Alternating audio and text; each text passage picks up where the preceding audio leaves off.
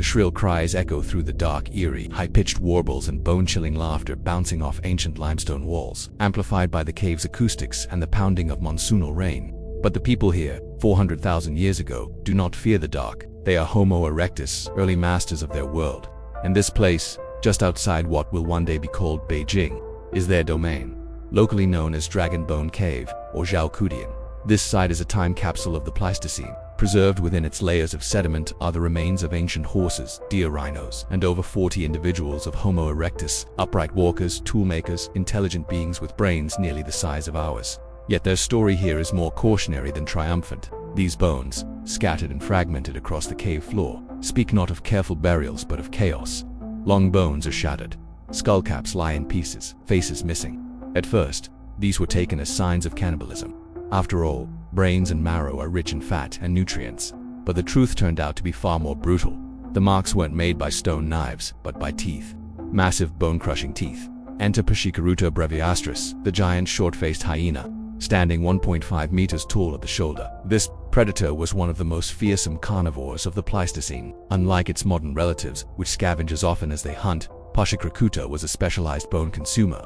It didn't just eat flesh, it devoured skeletons. Its dung, filled with pulverized bone, was unnaturally white, a grim signature left behind in Dragon Bone Cave. The Homo erectus remains here aren't evidence of dominance, they're evidence of defeat.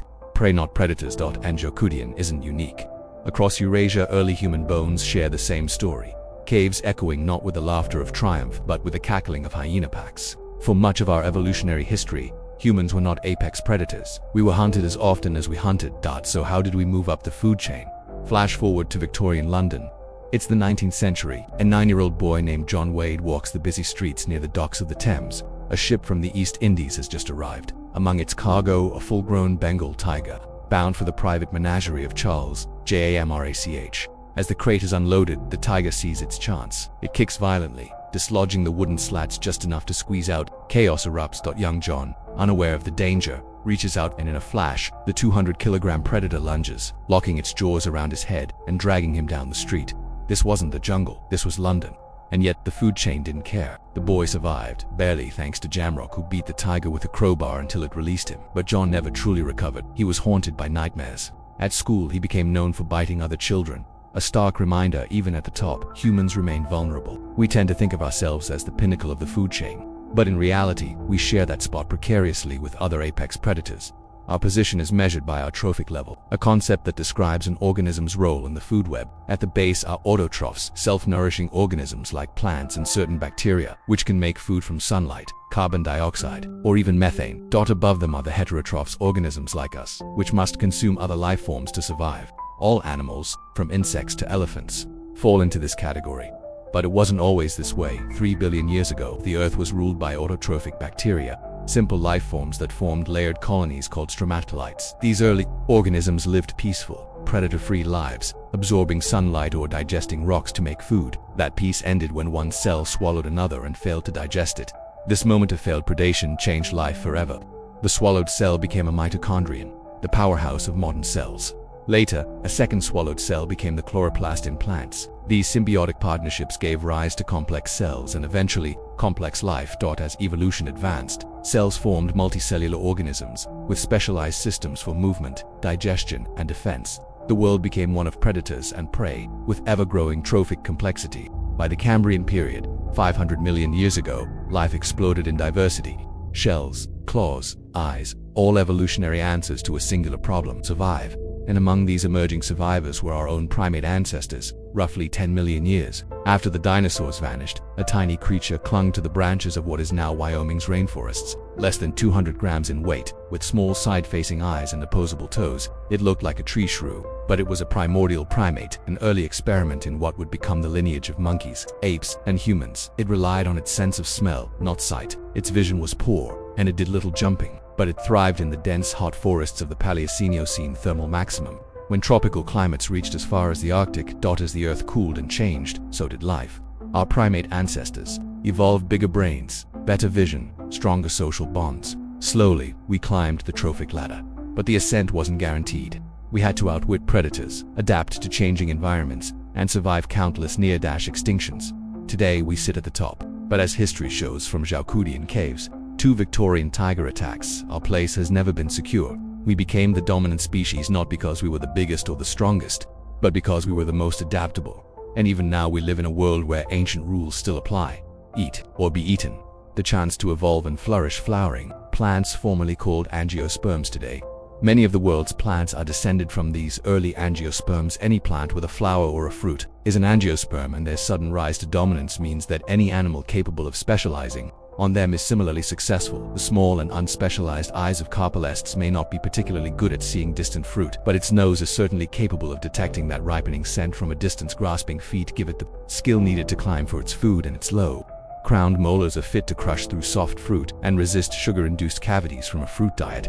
The fruit doesn't mind this seeming sacrifice. Primates are very good at dispersing plant seeds, so much so that some fruit eventually evolve characteristics to make them even more tempting to primates. Thick skin that is difficult for non-primates to remove, and large pits that are hard to swallow and thus easily spared carpelestes gets as an energy-rich meal, and the plant gets to send its seeds to a new location.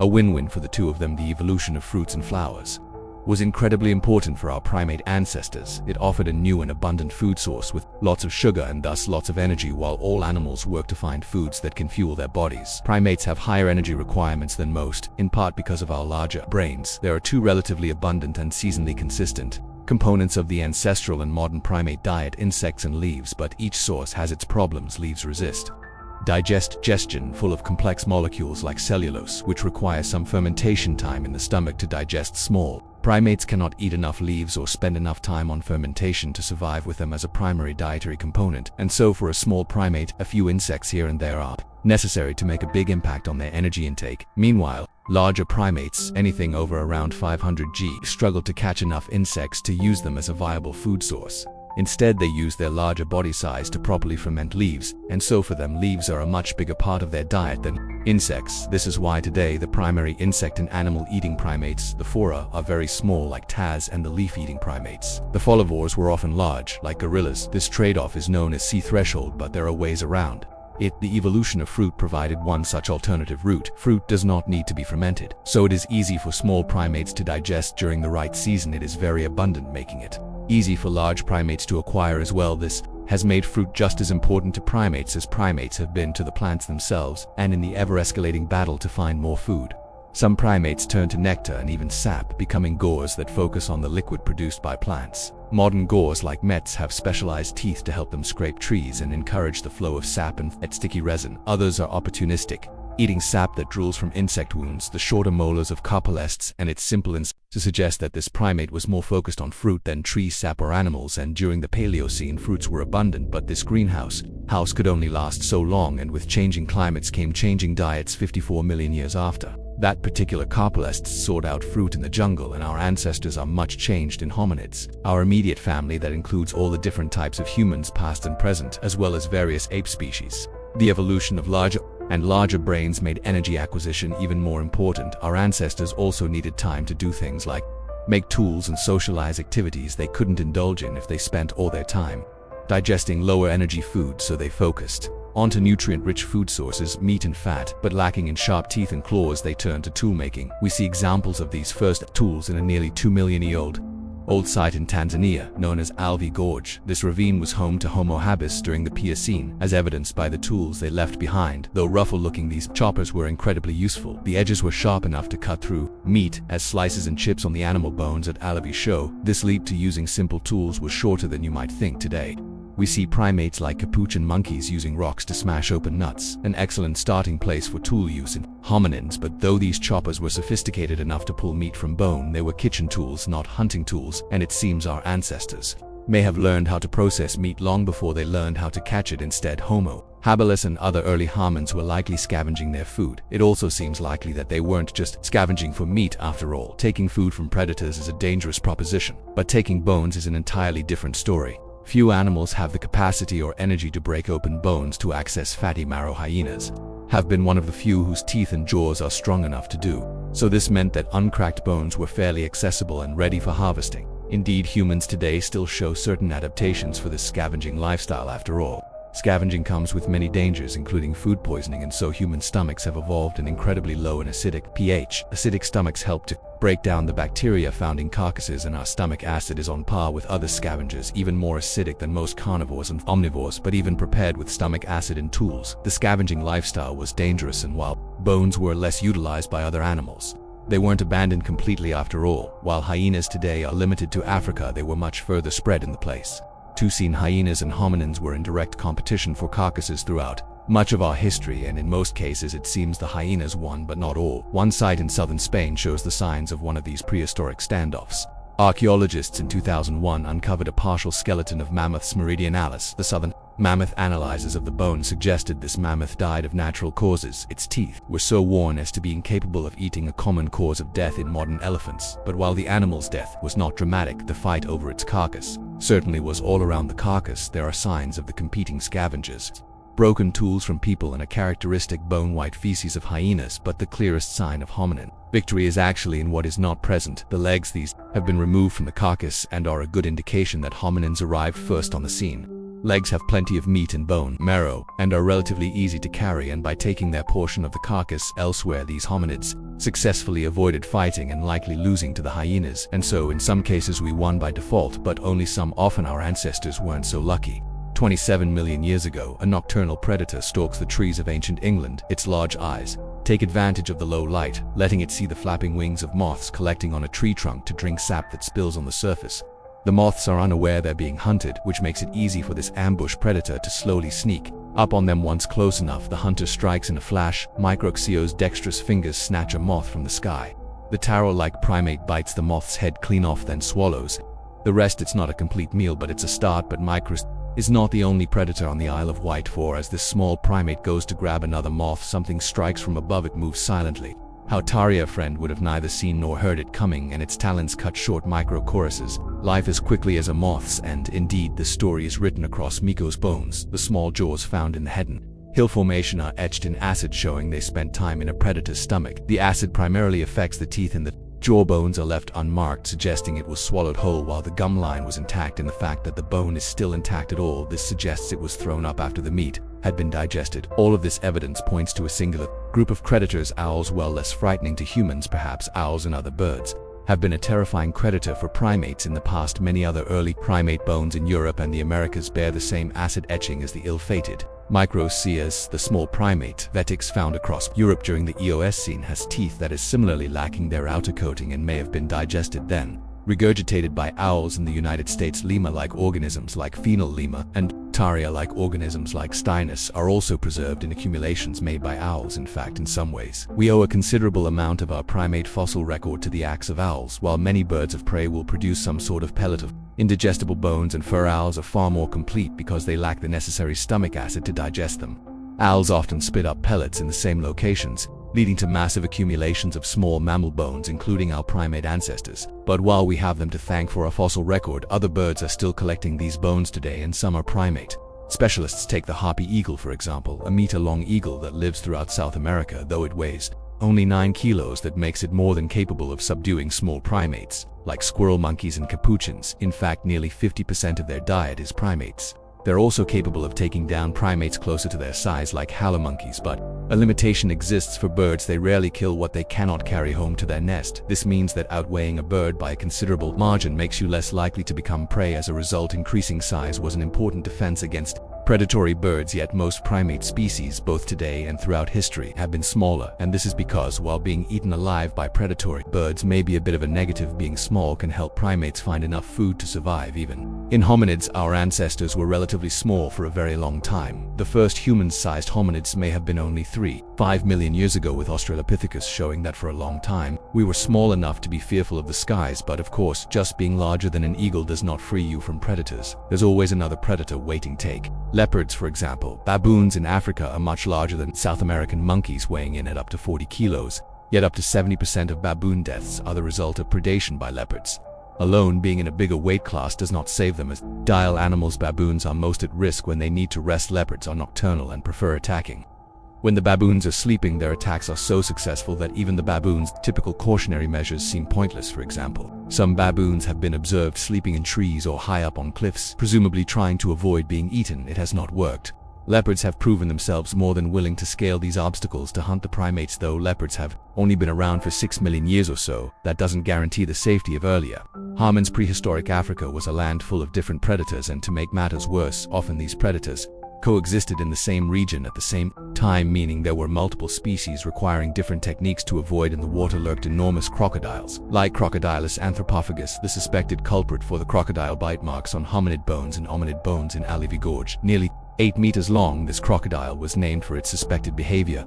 Anthro means people and phagus means ear. Indeed, several of the Homo habilis species from Alivi have distinct crocodile tooth marks in their feet and ankles. The same specimens also bear bite marks from leopards. With a true killer versus scavenger still undeterminable outside of the water wasn't safe either. The savannah was prowled by fast 2 long-legged hyenas, and the 200-kilogram scimitar-toothed Homitherium had smaller claws than most saber-toothed cats at the time, who was no less deadly for it. Instead, it could chase its prey through the grasslands at great speed. It attacked in groups, and with nearly 10 centimeters long fangs, homin packs would have certainly been dangerous to hominins if they chose to hunt them. Even the shaded woodlands were not safe or under the cover of trees. Great ambush predators made their home. The giant short-faced bear Angry stalked through the open forest, tied only with aridis in size. This bear likely weighed nearly 540 kilograms, nearly twice the size of its Siberian tiger. But despite its massive size, Agrium shared omnivore in common with modern bears. While they likely ate hominids when convenient, they were probably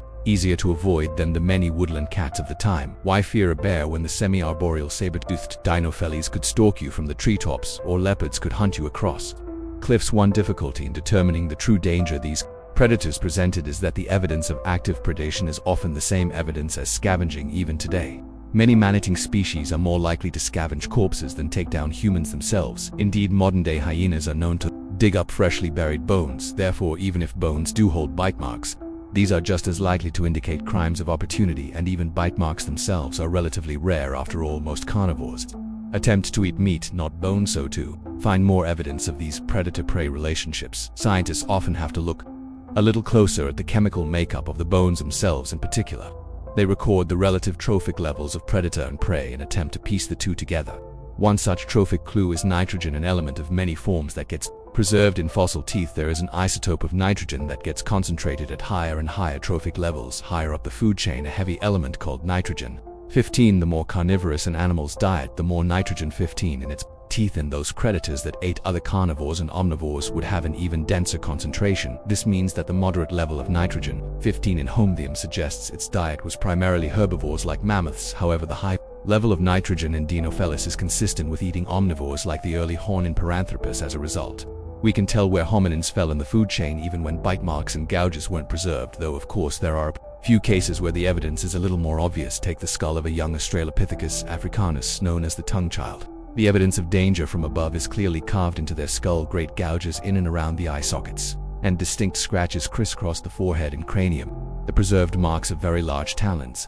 These marks are not familiar to scientists, for similar marks are found on monkeys eaten by crowned eagles or harpy eagles. But this raises the question, how could an eagle have taken down something as large as an early hominin? Indeed, other fossils of Australopithecus show us this genus was relatively large, 150 centimeters tall, 35 kilograms in weight. But the key here is the age. According to dental records, the tongue child was only about 3 years old when they died, small enough for a hungry eagle to transport without too much trouble, even when the adults of a species are too large for a bird to transport. Their infants often aren't, and so size increases alone were not enough to keep them safe. What other methods could hominids have used for protection? We can take clues from the behavior of modern primates. Perhaps they use different types of habitat at different times of the day. After all, if enormous eagles are active during the daytime in the woods, it makes sense to be in the savannah during the daytime. If possible, thorny acacia bushes may have offered defense as well, and early hominids could potentially have used these as shelter. Perhaps the most important element was fire. It's not clear precisely when hominids mastered fire. After all, fire occurs naturally, and the burnt remains of a passing fire can be transported easily by water into different habitats. Archaeologists hotly debate the timing of human-caused fire, with some thinking it happened nearly 1 and 2 million years ago in Homo erectus, lining up with a marked brain size expansion as a result of cooked food. Fires would have offered powerful protection against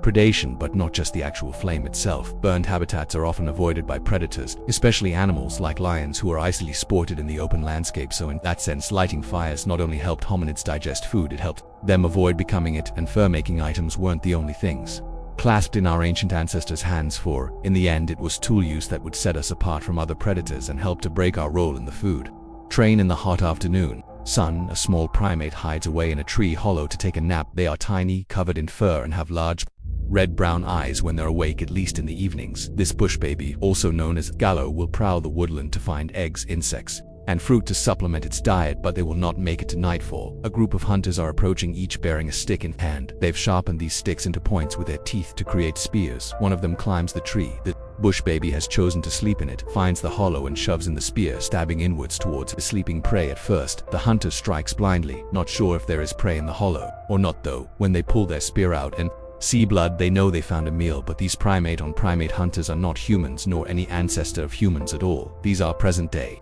chimpanzees working together. They probe trees with sharp sticks to find the gallows. Different groups or chimpanzees are known to have different food preferences, and while those in fungal enjoy bush baby, chimpanzees and gam prefer the harder to catch red colobus monkey. Red colobus are relatively small primates weighing less than 9 kilos, though they are enormous compared to the 1 to 2 kilo bush baby. They're also dial, making them less of an easy target than the sleeping nocturnal gogo. As a result, chimpanzees have learned to hunt them in groups. The gauge chimpan will team up in groups of 10 and chase the monkeys into the trees. Unlike the bush babies, the call-lust monkeys fight back, mobbing chimpanzees in an attempt to scare them off, but the chimpanzees are not so easily deterred. Like any predator, they keep an eye out for the weak ones, which are grabbed and then dismembered by tooth in hand, so prized to these colobus monkeys.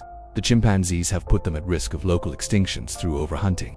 And so their spears may be primitive, but they are powerful, and these ingenious spears were likely made and used by early hominid hunters as well. Of course, wood is not as easily preserved in the archaeological record as stone is, but still the earliest confirmed weapons are wooden spears. They come from a peat bog. In Germany, cold Thüringen peat bogs are a good environment for preserving organic material. They form when wet and waterlogged areas accumulate mosses and plant material. Sphagnum moss in particular has remarkable preservative properties. It cuts off oxygen to the ground below it and creates a mildly acidic layer beneath it that prevents bacteria from breaking down vegetation over hundreds of thousands of years. The moss and plants pile up and preserve animals, humans, and artifacts that fall into their midst. The particular peat bog that preserved spears in Shan dates back to 300 or 400 years ago, forming in a lake that was left behind by a melting ice sheet, and it has remained wet and anoxic ever since. The preserved spears are around 2 meters long and sharpened a little better than the spears made by chimpanzees. Both ends are sharp, and they appear to have been scraped with flint instead of fangs, and though the spear makers are not certain,